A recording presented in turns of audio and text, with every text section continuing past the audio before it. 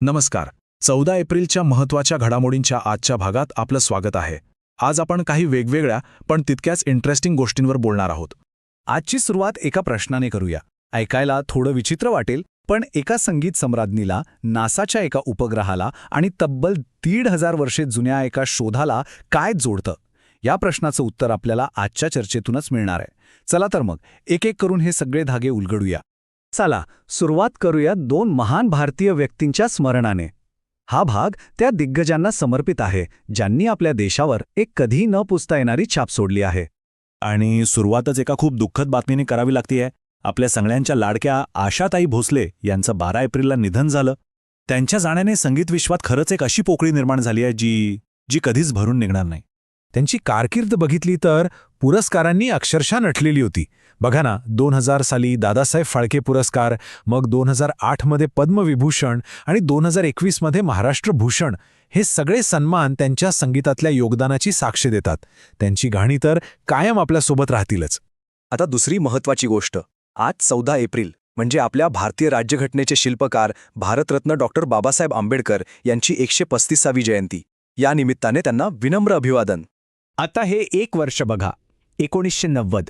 हे साल त्यांच्या सन्मानाच्या दृष्टीने खूप महत्त्वाचं आहे. हो, तर 1990 सालीच डॉक्टर बाबासाहेब आंबेडकर यांना मरणोत्तर भारतरत्न या आपल्या सर्वोच्च नागरी पुरस्काराने गौरवण्यात आलं. जे कोणी स्पर्धा परीक्षांची तयारी करत असतील त्यांनी हा मुद्दा विशेष लक्षात ठेवावा. यावर हमखास प्रश्न विचारला जातो.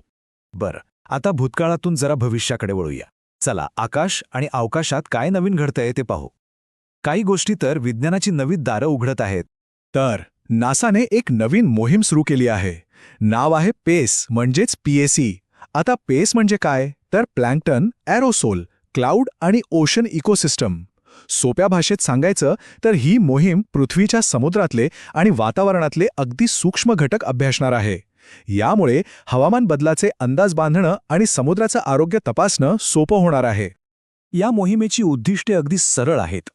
पहिलं, समुद्रातल्या सूक्ष्मजीवांचा अभ्यास करणं. दुसरं, हवेतले सूक्ष्म कण आणि ढग कसे बनतात याचं विश्लेषण करणं. आणि तिसरं, या सगळ्या माहितीच्या आधारे हवेची गुणवत्ता आणि हवामान बदलावर लक्ष ठेवणं. आपल्या ग्रहाबद्दल खूप नवीन माहिती यातून मिळणार आहे. आता अवकाशानंतर आपल्या देशात बनवलेल्या एका महत्त्वाच्या हेलिकॉप्टरबद्दल बोलूया. हे आहे ध्रुव ALH Mk3 हेलिकॉप्टर, जे बनवलंय आपल्या हिंदुस्तान एरोनॉटिक्स लिमिटेडने. याची 4 नवीन मॉडेल्स भारतीय तटरक्षक दलाला मिळाली आहेत. यामुळे आपल्या सागरी सीमा आता आणखीन सुरक्षित होणार आहेत. चला तर आता देशभरातल्या काही मोठ्या बातम्यांवर एक नजर टाकूया, ज्यांनी गेल्या काही दिवसांपासून बरीच चर्चा घडवून आणली आहे. 1,00,000 कोटी रुपये आकडा ऐकूनच थक्क व्हायला होतं नाही का? हा एका भारतीय कंपनीने गाठलेला एक मोठा मैलाचा दगड आहे. आणि ही कमाल केलीये आपल्या सर्वांच्या ओळखीच्या अमूलने. विचार करा, 1,00,000 कोटी रुपयांचा टप्पा पार करणारी अमूल ही भारतातली पहिली FMCG कंपनी ठरली आहे.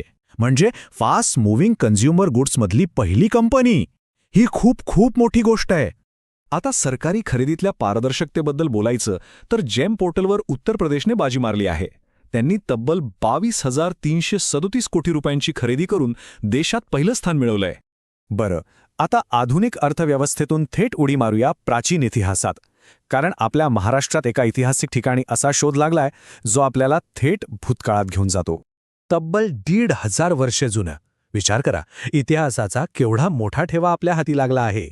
हा शोध लागलाय मुंबईजवळच्या आपल्या घारापुरी बेटावर, ज्याला आपण एलिफंटा बेट म्हणूनही ओळखतो. इथे 1,500 वर्ष जुना जलसाठा सापडलाय. यावरून त्या काळातलं इंजिनिअरिंग आणि पाणी व्यवस्थापन किती प्रगत होतं याचा अंदाज येतो. आता आपल्या देशाच्या सीमा ओलांडून जरा जागतिक स्तरावर पाहूया. इथेही भारताने आपला ठसा उमटवला आहे. बॅडमिंटन आशिया चॅम्पियनशिप 2026 मध्ये आपल्या आयुष शेट्टीने जबरदस्त कामगिरी केली. फायनलमध्ये चीनच्या शी युकीकडून तो हारला, पण रौप्य पदक जिंकून त्याने देशाची मान नक्कीच उंचावली आहे. आंतरराष्ट्रीय राजकारणातली एक महत्त्वाची घडामोड. अरब लीगच्या सरचिटणीसपदी आता नबील फहमी यांची नियुक्ती झाली आहे. त्यांनी अहमद अबुलघीत यांची जागा घेतली आहे. ही जी अरब लीग आहे ती पश्चिम आशिया आणि उत्तर आफ्रिकेतल्या 22 अरब देशांची एक संघटना आहे, जी सदस्य देशांमध्ये राजकीय आणि आर्थिक सहकार्य वाढवण्याचं काम करते. चला, या सगळ्या माहितीनंतर जाता जाता एक छोटासा प्रश्न. लता दीनानाथ मंगेशकर पुरस्कार 2026ने कोणाला सन्मानित करण्यात आला आहे? पर्याय सोपे आहेत. आशा भोसले, अमिताभ बच्चन, कुमार मंगलम बिर्ला की कैलास सत्यार्थी. काय वाटतं?